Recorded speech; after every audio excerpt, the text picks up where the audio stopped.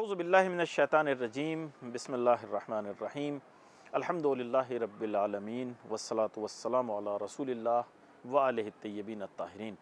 ناظرین اکرام، خداوند متعال کی بارگاہ میں شکر گزار ہیں کہ اس نے ایک مرتبہ پھر ہمیں توفیق دی پروگرام کے اس سلسلے کے ہمراہ جو اربعین حسینی سے مخصوص ہے، اس پروگرام کے ہمراہ آپ کی خدمت میں حاضر ہیں، اور خداوند متعال کا اس حوالے سے بھی ہم شکر ادا کرنا چاہتے ہیں کہ اس نے ہمیں توفیق دی کہ یہ پروگرام اگرچہ ہم کربلا نہیں جا سکے، اگرچہ ہم وہاں جو اس مشی میں شرکت کر رہے ہیں، جو روضہ حسین کی طرف جا رہے ہیں، اس پروگرام میں ہم شامل نہیں ہو سکے، لیکن ہم جناب فاطمہ معصومہ کے روزے سے یہ پروگرام آپ تمام محبان اہل بیت کی خدمت میں، تمام عزاداران حسینی کی خدمت میں پیش کر رہے ہیں۔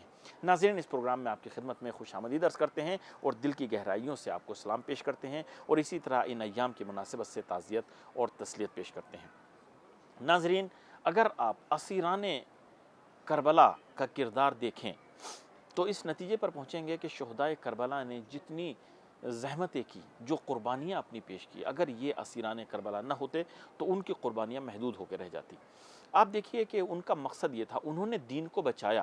ایک جملہ کہا جاتا ہے، علماء کہتے ہیں کہ جو اسلام ہے وہ محمدی الحدوث ہے اور حسینی البقا ہے، یعنی رسول نے اس کو رسول وجود میں لائے ہیں، رسول لے کے آئے ہیں، لیکن حسین نے اس کو بچایا ہے۔ لیکن اسی جملے کو ہم امام حسین علیہ السلام کے مشن کے لیے اس طرح کہہ سکتے ہیں کہ یہ جو حسینی مشن ہے یا واقعہ کربلا کے بعد جو اسلام ہے وہ حسین نے بچایا ہے، یعنی وہاں کربلا میں حسین نے بچایا ہے، لیکن پوری دنیا تک پھیلانے میں اسیران کربلا خصوصاً جناب زینب کبریٰ کا کردار ہے، ورنہ اسلام میں ختم ہو گیا ہوتا۔ یزید نے تو اعلان کر دیا تھا کہ نہ کوئی فرشتہ آیا ہے، نہ کوئی کتاب نازل ہوئی ہے، یہ بنی ہاشم کا ڈھونگ تھا، لیکن اس کے اوپر عمل کر کے دکھایا۔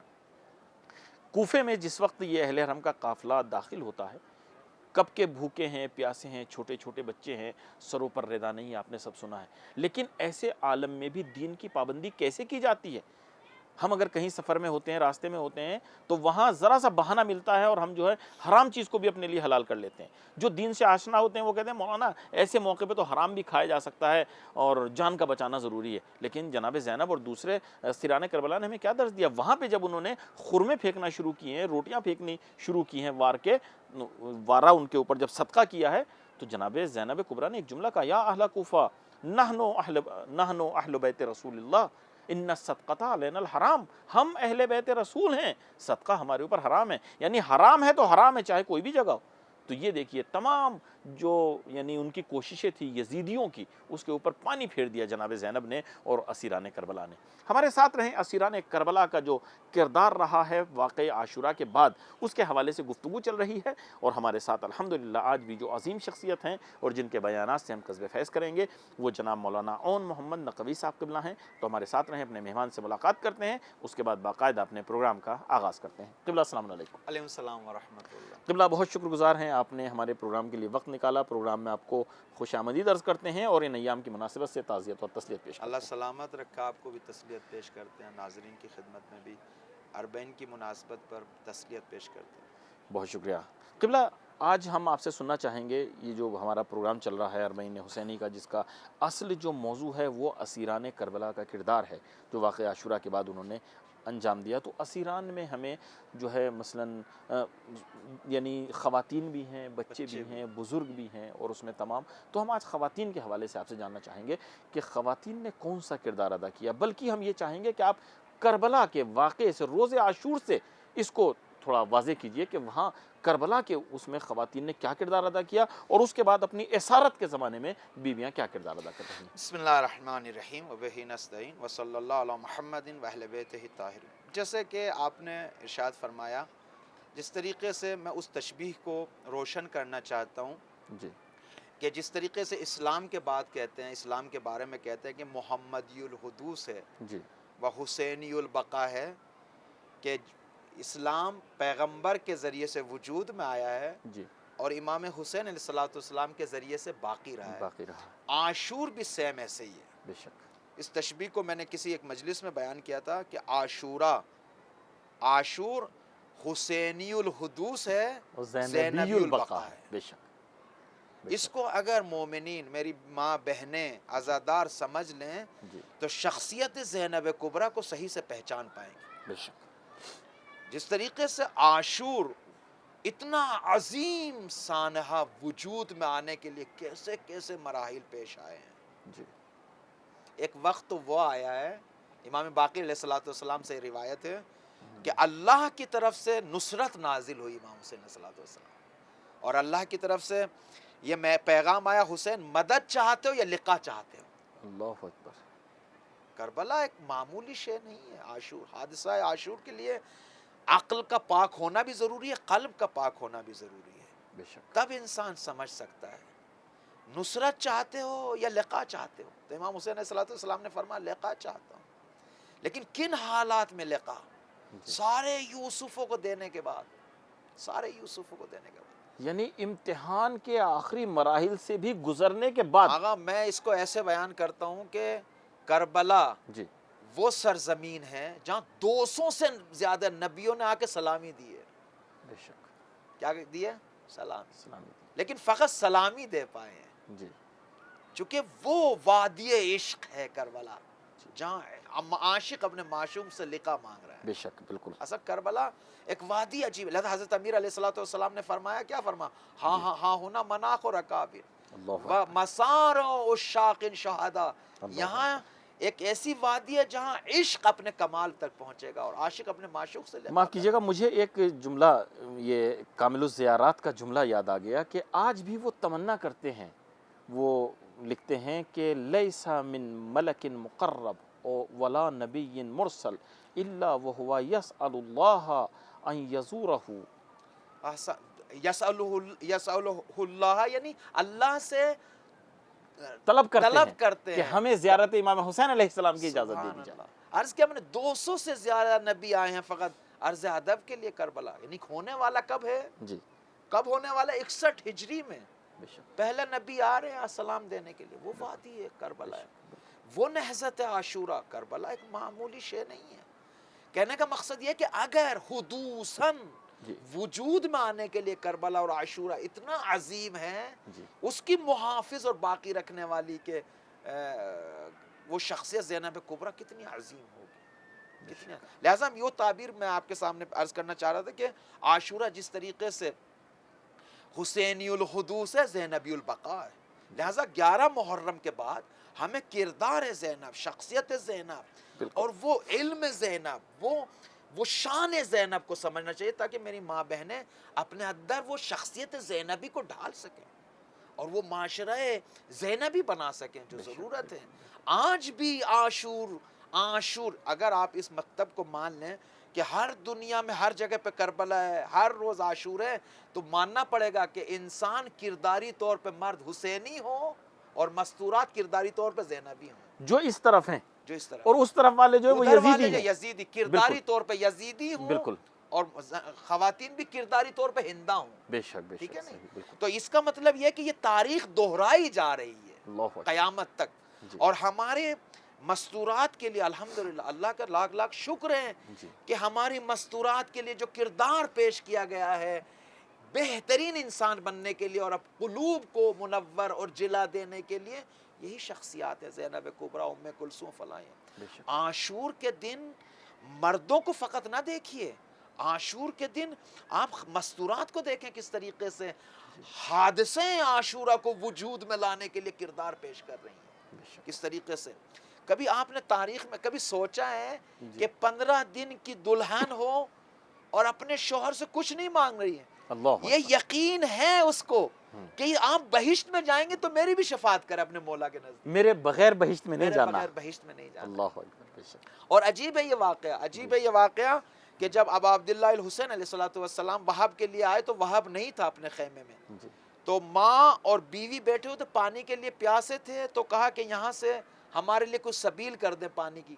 تو حضرت نے اپنی ولایت کے ذریعے سے وہاں اپنی کرامت کو دکھایا. اس کو دیکھنے کے بعد ماں نے وہب سے کہا کہ جاؤ مولا کی خدمت. اور کس طریقے سے بیوی نے، اور جب دشمن نے سر کاٹ دیا ہے اور اس سر کو واپس یہ ماں کا امتحان، ماں کا، یعنی یہ بتانا یہ چاہتا ہوں یہ کردار کون سا ہے. جملہ تو دیکھیں، جملہ یہ کہ جو اللہ کی راہ میں دے دیا واپس نہیں لیتے ہم.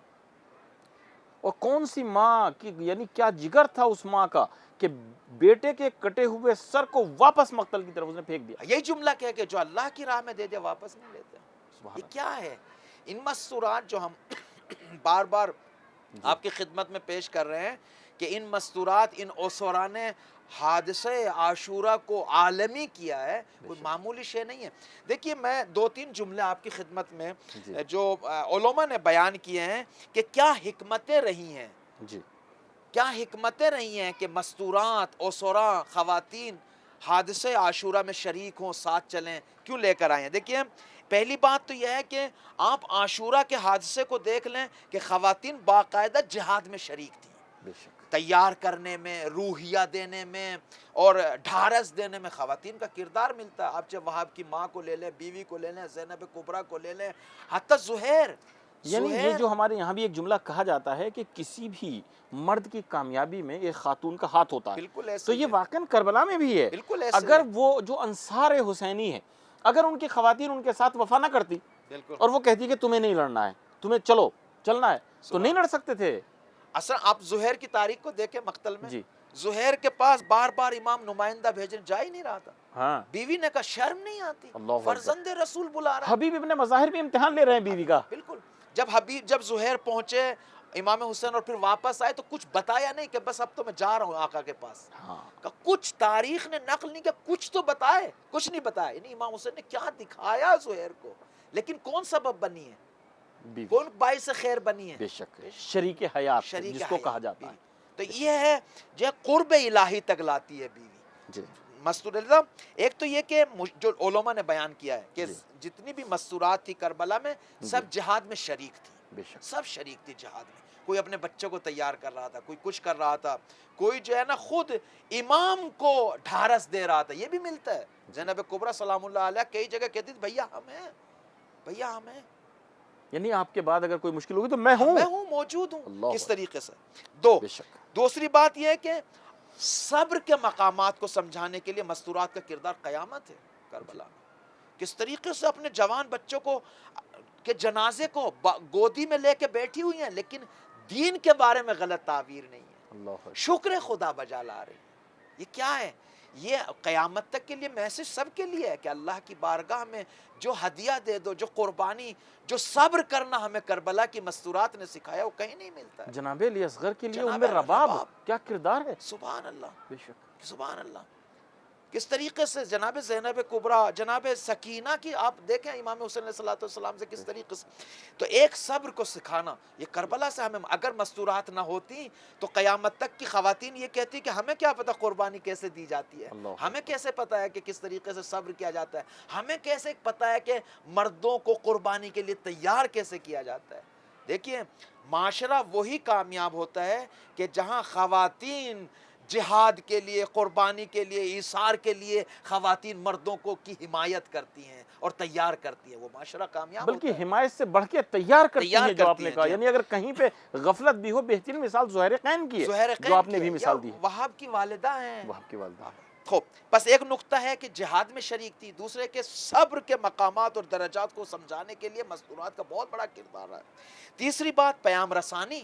کربلا کے پیغام اور عاشورہ کے پیغام کو جو خواتین اور مستورات نے پہنچایا ہے، کس طریقے سے ظالموں کے ظلم کو رسوا کیا ہے، کس طریقے سے ان کے چہرے کو بے نقاب کیا ہے. تاریخ آج تاریخ میں آپ چلے جائیں، ہندوؤں کے درمیان چلے جائیں، دوسرے مکاتب فکر کے پاس چلے جائیں، ظالموں کے ظلم کو کس طریقے سے ان مستورات نے بے نقاب کیا کہ آج بھی سننے والا روتا ہے کہ کس طریقے سے یہ، اور کس طریقے سے پاسداری کی ہے خاندان رسالت کی خواتین نے.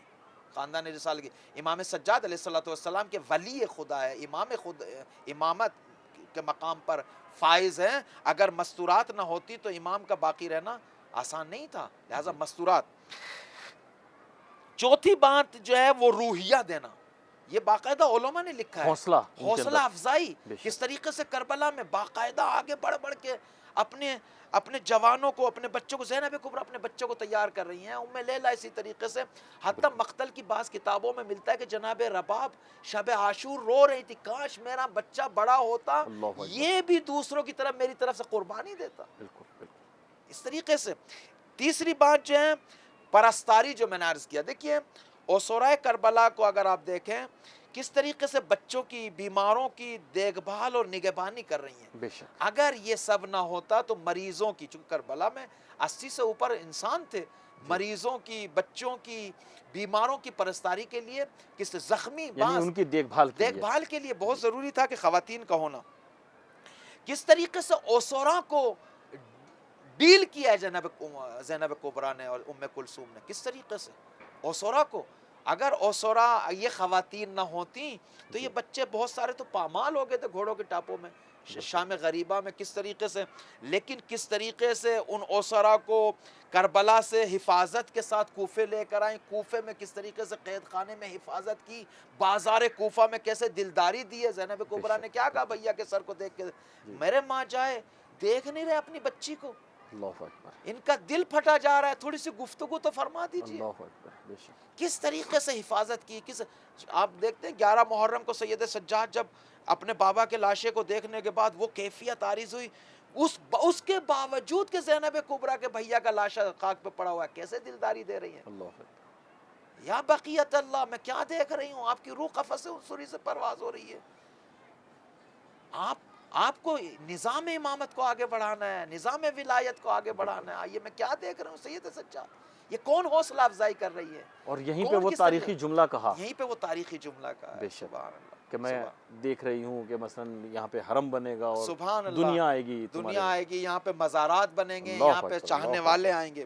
ایک دوسری جو چھٹی بات جو نا، جتنی بھی دینی اقدار تھے ان کی حفاظت میں کتنا کردار رہا ہے. یہ جیسے آپ نے فرمایا ہے کہ جناب زینب نے کہا صدقہ ہم پر واجب ہے، کس طرح حرام ہے، صدقہ حرام ہے.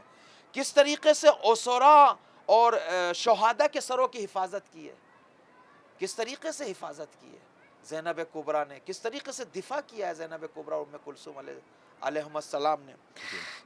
یہ بھی دیکھنے کی بات ہے. ایک بات مہم ترین جو پیغام اوسورا دیتے ہیں خصوصاً مستورات، وہ یہ دیتے ہیں کہ اسارت کے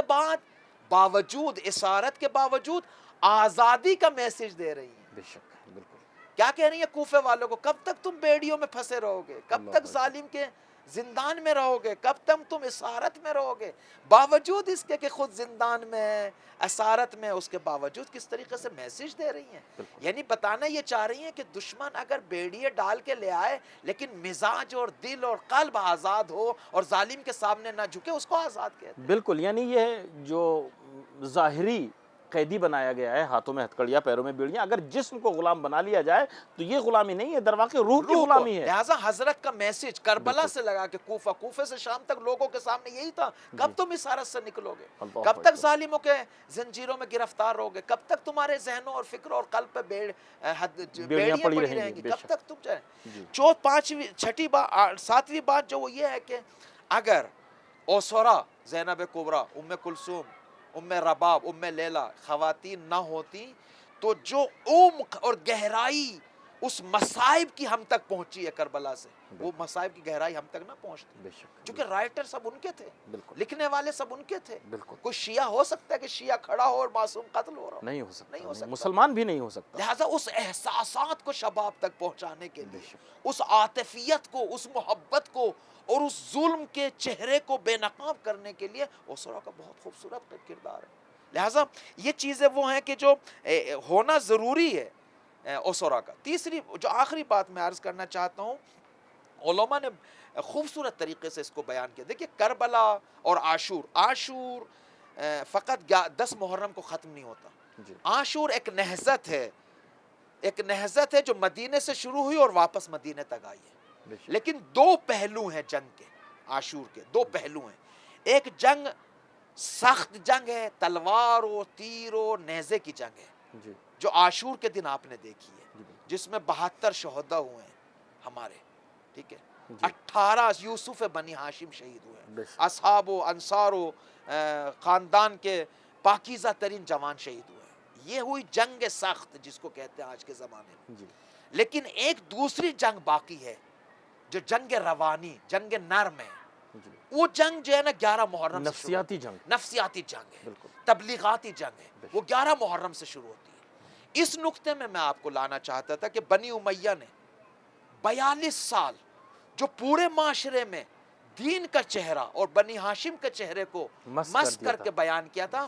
انہی اوسورا نے درباروں میں، بازاروں میں اپنے بیانات کے ذریعے سے، اپنی فرمائشات کے ذریعے سے خوبصورت طریقے سے اس کو پہنچایا ہے. آپ دربار ابن زیاد میں دیکھیں، ابن زیاد نے کیا کہا تھا کہ دیکھ لیا تمہارے رب نے تمہارے ساتھ کیا کیا. زینب کبریٰ نے کیا فرمایا؟ ما رأیت الا جمیلا، میں نے جمیل اور اچھائی اور زیبائی کے علاوہ کچھ نہیں دیکھا. خوب سوال یہ ہے کہ زینب کبریٰ، شہادت، بازوؤں کا کٹنا، سر کا کٹنا، خیموں کا جلنا، کیا یہ جمیل ہے؟ ہاں جمیل ہے، اللہ کی راہ میں. اگر ہمیں یہ یقین ہو کہ وہ دیکھ رہا ہے، جس سے محبت کرتے ہیں اور وہ اس پر راضی ہے، وہ یہ چاہتا ہے، رضا تو اس سے بڑھ کے الہی کچھ ہے. نہیں اس ہے. سے خوبصورت کیا ہے؟ جمیل ہے. بالکل. یہاں پہ یہ جواب دیا. یزید کو کیا جواب دیا؟ یزید کو جملہ فرمایا عجیب ہے. یہ ضمانت جو 1400 سال کے بعد آج ہم آپ سے بیٹھے ہوئے باتیں کر رہے ہیں، زینب کبریٰ نے دربار یزید میں فرمایا کد کیدک، جتنا ہو سکے تو کر لے، جتنا مکر ہو سکے مکر ہو سکے، بالکل، جتنا تیری طاقت ہو، قدرت ہو، مال ہو، منبر ہو، جو کرنا چاہے کر سکے. تم ہمارے ذکر کو مٹا نہیں سکتے، ہماری یادوں کو مٹا نہیں سکتے، تم کچھ نہیں کر سکتے. کیوں؟ چونکہ زینب کبریٰ یہ میسج دینا چاہتی ہیں کہ تو فقط اس کو دیکھ رہا ہے، کل شیء فان، تو اس کو دیکھ رہا ہے. وَيَبْقَى وَجْهُ رَبِّكَ ذُو الْجَلَالِ وَالْإِكْرَامِ کو نہیں دیکھ رہا ہے.